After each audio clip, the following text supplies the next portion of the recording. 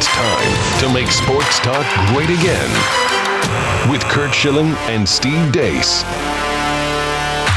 And greetings. Welcome to The Blaze. Whether you are watching us today on The Blaze, listening via podcast, or watching on YouTube, welcome aboard. I am Steve Deace. He is World Series champion, future Hall of Famer Curt Schilling. Here's the drill. Each day we put 25 minutes on the clock and get to as many of the day's sports topics as we possibly can. Are you ready to go, Curt? I'm ready. This 25 minutes flies, too. It does. Everybody says it's the fastest so-and-so in broadcasting. This might be up there, if for no other reason than people just, once it starts, they just want it to end. So let's get to it, shall we? Starting right now. I'm ready. All right, here we go. Subpoenas look like they're on their way for Arizona basketball coach Sean Miller, who currently is the leader in the clubhouse in the what the hell's a guy got to do to get fired these days tournament, okay? And then you have Will Wade, who has resurrected the LSU program after several dormant years, and now apparently we know why, because they are both going to be subpoenaed in the college basketball scandal. Also breaking last night, one of the lead enforcement investigators for the NCAA went on the record with Pat Forty of Yahoo News saying, oh no, they are not going to let this slide.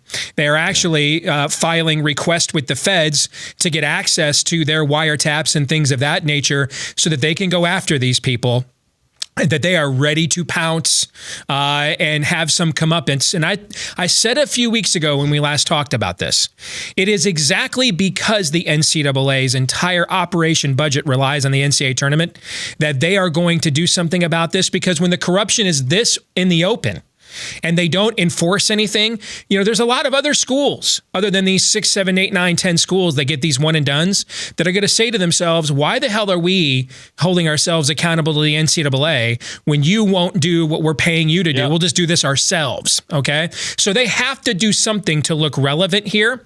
And I've heard it bandied about, well, these coaches will just go and they will plead the fifth. And this is again where, you know, people who do sports and maybe they watch Fox or MSNBC for 5 minutes a night, depending on their proclivity. So they think they have a wide angle lens view of knowledge. Here's why that won't play. They're not being subpoenaed by the feds, guys. They're being subpoenaed by the defendant. Okay. Christian Dawkins, the agent, the runner, okay, the third party they were allegedly funneling money through, they're going to be subpoenaed by his attorneys. Why? Because dude's going all Ice Cube. I ain't the one. Okay. He ain't taking the fall. He's not playing Lee Harvey Oswald here. Okay. And so he's the one. They've got these guys allegedly on wiretaps. And he's going to say, I didn't orchestrate this entire thing on my own. In fact, I'm the middle guy here. I'm not even the mastermind you want. These coaches are, and we're going to call them to testify. So if they've already got you on a wiretap as a coach, working with agents on funneling money under the table, going and pleading the fifth in a court of law is actually a dumb strategy, because then you have no defense, and that incriminating evidence just sort of stands on its own. Yeah. So your thoughts here, Curt? Many. First of all, you're naive as anything I can ever and anyone I could ever imagine if you think it's just these two guys, right? I mean, this Dawkins gentleman is going to have been involved with a multitude of players. And here's the thing. We only hear about the Zion Williamses, the great superstars that make it to the NBA. There are hundreds, if not thousands, of players that these guys recruit every bit as hard. There are guys that aren't front page names because they're always looking for the soundbite, the headline that includes a Robert Kraft in the story, right? I mean, that's what makes it that's what gets it clicks, and that's what gets it views. I don't know. Well, listen, I've known. I didn't go to college. I went to JUCO for a year and then went on to professional baseball. But I know I played with. Excuse me. Sorry. I played with hundreds of guys who went to college who I know who talked about the deal in which they went to college with and about and for. Not a lot of them went because they thought it was the best school, although baseball is very, very different. This happens everywhere. I know it doesn't make it okay. It's another, I think, nail in the coffin of continuing to treat these guys as amateurs, given the amount of money they make these schools. But I got to ask you, when I look back on programs like TCU when they got the death penalty. You mean SMU? SMU, yeah. Yes, in football. I look at and see things that are so far below the radar as compared to some of this stuff that I wonder if we're not going to see an example made of here, or if we're not going to see a top tier program get the death penalty, or something akin to the whatever the 2018, 2019 version is of that. And I defer to you because I know college basketball is something you're now getting into kind of hardcore.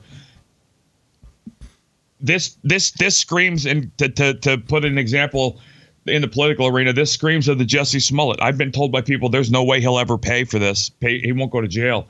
But I argue you want to stop it. There's one way to do it. Put him in jail for the maximum sentence, and the number of hate crimes will go through the floor. I would argue the same thing here. You put a program like LSU or Arizona, which is known after its football program by its basketball. And actually, in Arizona, basketball might be bigger than football. You kill one, and does that not make all the other predators pick their heads up? Well, you used the SMU example, and what SMU did was stop the idea that all the way up to the president's office, you could essentially create your own miniature black market. We're not just even talking about a job for a mom. Okay, I mean, Eric Dickerson literally showed up to school in a gold Trans Am.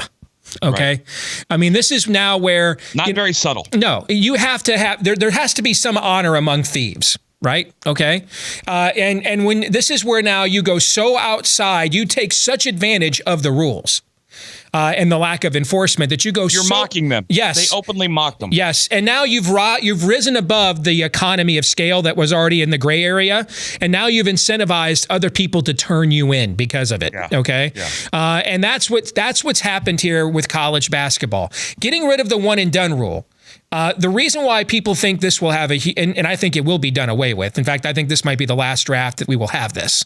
But the reason why a lot of people think that this will get rid of a lot of the corruption is because what the one and done rule did was take this to the next level. In that you kind of knew who the guys were that were going to be lottery picks when they were juniors or seniors in high school, right? Yep. And so these shoe companies now, particularly Adidas and Nike, and now Under Armour is trying to get into this market as well, are trying to get these guys and in their good graces and place them in schools that they have contracts with, so that when they go pro, they will then stay and ink with them when they get into the NBA.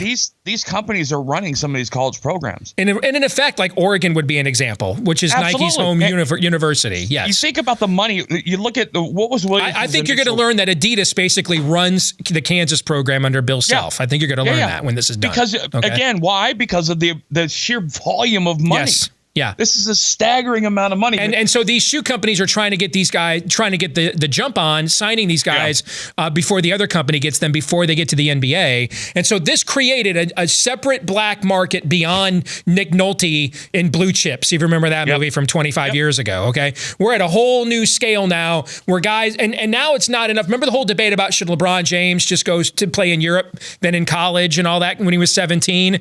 The amount of money that's now you can make from these shoe companies, you can make six figures if a 17, 18-year-old goes and plays in Europe, but then there are the customs issues, the tax issues, the language barriers. Now you get all that money under the table from the shoe companies, and you just stay home. Okay. And that has taken the typical corruption of college basketball to an entirely different level. The number one rule of a bureaucracy in any walk of life is it has to sustain itself. Okay. If the NCAA doesn't make an example out of somebody, it's been mocked for North Carolina's women's program went on probation, but the men's program, the defense North Carolina's men's program made over fake classes for players is that they literally offered this to every black student on campus to get a fake grade, and therefore it wasn't an improper benefit just for the that was literally we beclowned our entire university and say it's like we kind of got us there. There's so many jokes here, and now you've already got the Power 5 schools in football or have declared they're autonomous from the NCAA. If the schools decide, like the Big Ten, for example, Big Ten has led the nation in attendance in college basketball like 30 years in a row. If that, and their champion has been left out of the playoff in football 3 years in a row. If Jim Delaney looks around and says, you're going to let all these Southern schools and Arizona, all these schools off the hook, you know what? We're out of here. We're just totally out of here. Right. We're going to get together with our buddies in the Pac-12, and we're just going to form our own thing, and screw you. The NCAA is they need to make an example out of somebody to sustain the bureaucry. So you won't see a death penalty, but you are going to see corporal punishment is what you're going to see. There's going to be two leagues. There'll be the We Follow the Law league, and there'll be the everyone else. Yeah. Let me ask you this question, though, and it comes from a place of I almost want to say disgust. We think back over the last 30 years, and you think back to the death penalties and the programs that have just annihilated the rules in the NCAA. How, on God's green earth, are programs that funneled money to players ahead of their turning pro, and players that made them tens of millions of dollars, how are they being punished worse than a program like Penn State? Why? It's an interesting argument, because I've heard people say, like Jay Billis and others have said, the NCAA has no jurisdiction to punish Penn State because it didn't receive any competitive advantage, no matter how heinous Jerry Sandusky's crimes were. Let me answer that. Why did Penn State cover up what Jerry Sandusky did? Why'd they look the other way? At the very least, they weren't interested in the truth for a long time. Whether you think they actively covered it up or what have you, at the very least, we can all agree they weren't interested in getting to the bottom of it for many, many years. Why? Do you know what that kind of a scandal coming to light would do to your program? That's what you cover things like that up. Baylor covered up. It would do exactly what it should do. Yeah, Baylor covered up all the sexual assaults because bringing those things to light would have damaged the program. So the fact that they lied to cover up their moral and legal malfeasance, that is the competitive advange, because the incentive to lie is to protect the program. They had a competitive advantage, Steve, because the competitive advantage was if they exposed this, Joe Paterno would have been fired. Yeah, that's my point. That is the competitive advantage. You lie to protect the program, because if it comes to light, everybody gets fired, and you're not a 9, 10, 11 win team every year. I totally agree. Let me just say this then. In our country, it is deemed more criminally negligent, more heinous, more repulsive to give a player early pro entry money than it is to pedophilia and child rape. Yeah, I'm with you on it. To me, I just think that is so repulsive and disgusting. What we ought to just simply say is this is really simple. Okay, a school cannot directly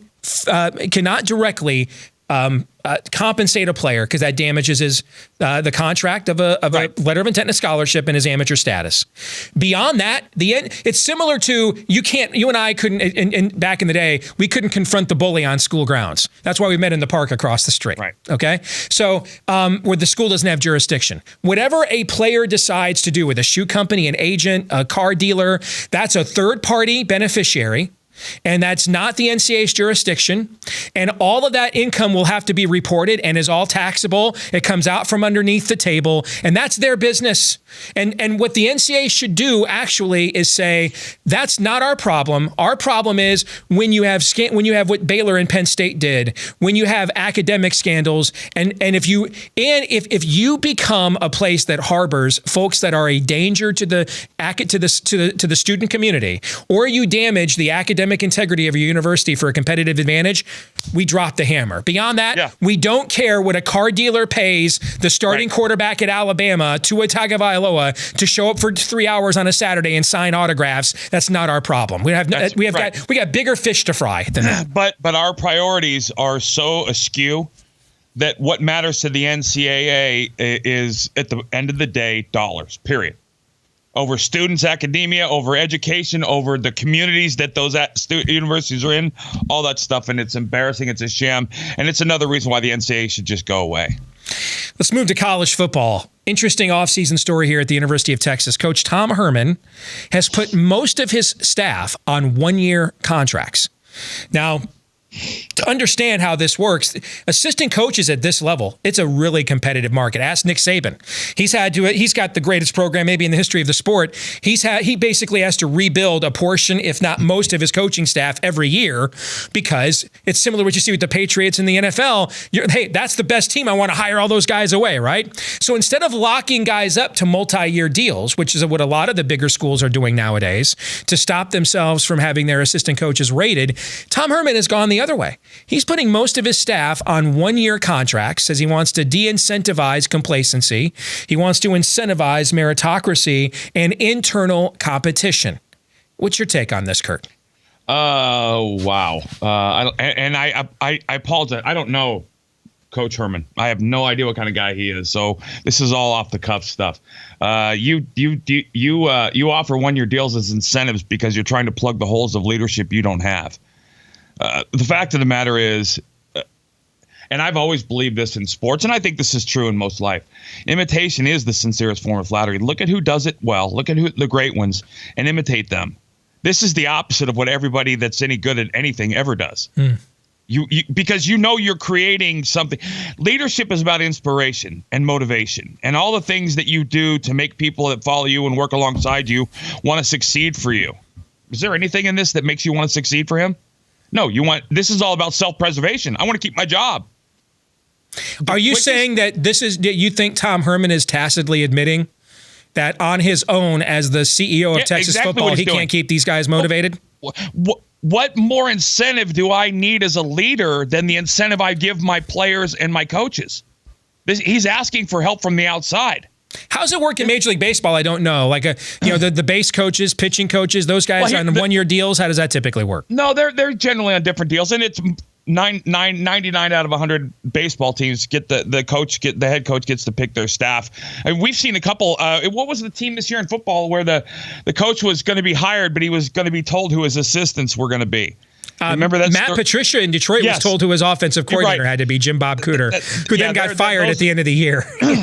Yep, that's exactly right. The coaching staff is, well, again, Belichick's a great example. Every year he loses someone, not to go to. There's never a lateral move made, right? Right. His coaches go to become head coaches elsewhere. Whether they prove to be good or bad is not even the relevant point here. The point is that people associate Bill Belichick with winning, right? And that period. And so if I get a coach from him, or if I sign one of his players, I'm getting something I don't have. This coach, Tom Herman, is putting together a program with incentives based on things he feels he's incapable of doing. He's not motivated. Again, self-preservation is the easiest way in the world to get a bad employee and a bad coach. I think there's an angle to this because I've seen some of the reaction from people that, and you and I would probably be largely sympathetic to notions of complacency and, we are de-incentivizing meritocracies across the board corporately in the culture. But you have to understand where Texas is at. 20 years ago, Texas would have been one of the only schools in the country that could afford to pay an offensive coordinator $500,000 a year, for example. Right. All right. Nowadays, there's a dozen schools that pay their offensive coordinator $1 million a year or more.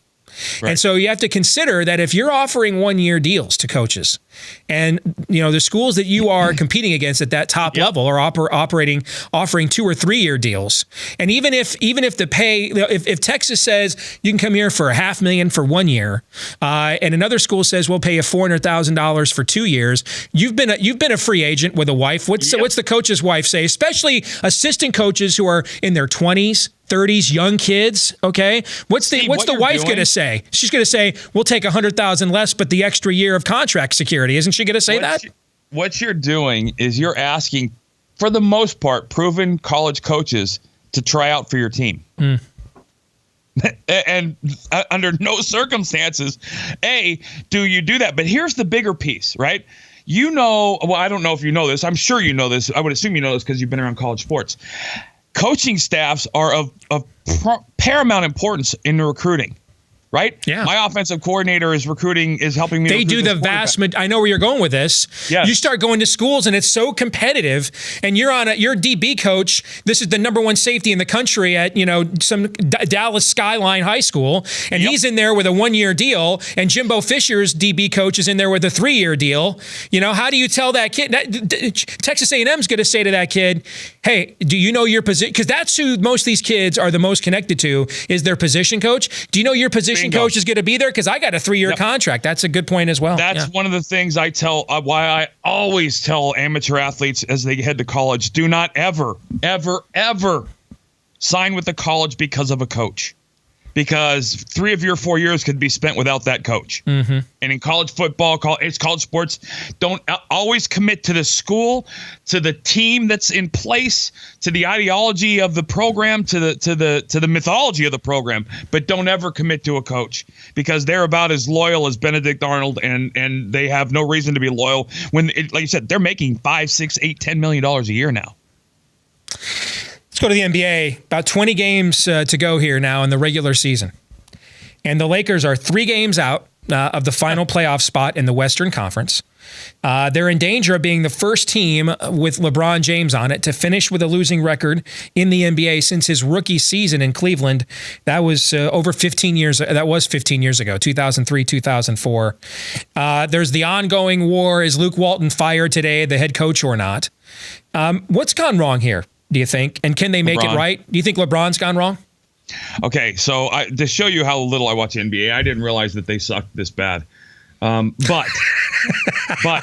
the beauty of it There's a disclaimer. Yes. It took one highlight. It took one highlight for me to. I don't know if you saw this the other night. Did you see the highlight from the Laker game? I don't know who had the ball to the left of the 3-point line. They're behind. They took a 3-pointer, and LeBron was on the right side underneath the hoop being played man to man. Did you see that highlight? No, I did not. No. Okay. He shoots the ball. As the ball's in the air, LeBron turns away from the play and does like a pout face. Like he couldn't believe he didn't get the pass. The ball goes off the rim, rebound. The entire game is running the other end of the floor, and he's walking away, shaking his head, pissed off because he didn't get the ball. That made it. I mean, there are certain things you see, certain things players do, and certain things players say that reveal something they don't want anyone to know about them. Listen, I get it. He's one of the greatest players that ever lived, but I don't for a second think he's one of the greatest teammates to ever play the game. And if you're in his circle and he wants you on his team, he'll run the team for you. If not, you're out.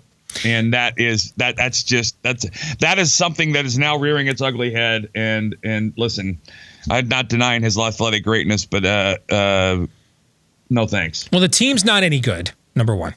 They suck. Okay? They suck. The team around him is not very good. All right. So that's number one. Number two, I think him signing here, and we said this last summer when the show debuted and we talked about this. Him signing here was tacit admission that he's sort of given up the ghost of chasing after MJ, making the case he's the greatest player ever, all that other stuff. That he has made his peace with his legacy. He's won his titles. He's made his money, and this is about now setting up what the brand LeBron James is going to be when basketball comes to an end. And that's why, even though he can't play on the court with no crutches, no brace, and no cast, he can walk out on the Rose Bowl and root for Ohio State and stand there on the sidelines for 3.5 hours while his teammates are making a road trip to Sacramento. Okay. That's why he's in the society pages. I didn't even know who a guy named 2 Chainz was, but apparently there's some rapper named that. I'm a 45-year-old white guy from Iowa. I got to tell you, the only 2 Chainz I know are on my tires right now trying to get around I-80. Okay, so I don't know. You say 2 Chainz has made the show for me. There you go. So I don't know, but apparently a lot of Laker fans are pissed off that he was partying with some guy named 2 Chainz. This is just a guy that has decided, and he's made his money, and that's okay, and he's won his championships.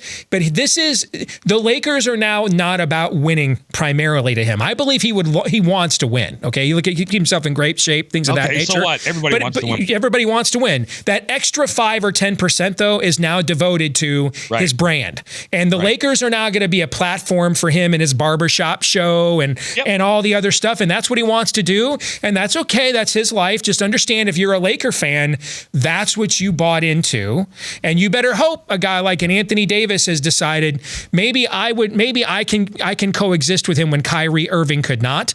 Because unless that happens, I don't see for the foreseeable future that they're going to win a championship while he is there. Well, but according to Mr. Ball, his son's going to be the greatest player that ever played. So I'm assuming. Well, and that's the other problem you have with I love Lonzo Ball when he played at UCLA. All right, but in many respects, he is the same kind of player LeBron is. More of a point forward with a questionable at times jump shot, and not nearly as gifted of an athlete. No. You know what I'm saying? Right. So in a way, he's kind of a poor man's LeBron James. I don't know how they coexist. I just think the whole thing's a mess. And it is. And LeBron is, you're right. And LeBron is there to set up the rest of his life after basketball. Why else? That's why he signed there. Yeah. Other than the only alternative could have been, or the only ulterior motive could have been, I'll sign here and I'll hang a year, but after this year, I get to make the team. And that's what he was doing at the All-Star game, recruiting. That's not going to happen with Magic Johnson and those guys. Hell no, it's not going to happen. And by the way, you do remember, in about a month and a half ago, when LeBron James made the case and didn't beat around the bush, he said, after my last title, that's when I knew I was the greatest player that ever played the game. Yeah. And I think, you know what? You just have to. I don't begrudge a guy who has done what he has done and accomplished what he has accomplished. If I'm a Laker fan, though, I'm pissed. But if I'm a Laker fan, I'm with you. I kind of feel like I'm kind of being. Because he's ruined what I think was going to be a pretty decent thing going ahead. Yeah, I kind of feel like I'm being taken to the cleaners here. Oh, you are. That this isn't another Kobe Bryant who just eats, sleeps, and breathes this stuff. That you're part of his overall, schedule. And he'll fit you in when he can with everything else he wants to do in life. And I will say he's got a career as an actor ahead of him, because I thought in the Amy Schumer movie, I thought he was probably as funny as anybody in the movie. Well, he's going to do the Space Jam sequel, right? In a couple of years when that comes out. All right, Curt, great stuff, and we'll do this again tomorrow right here on The Blaze, brother. Buddy. Take care. You too.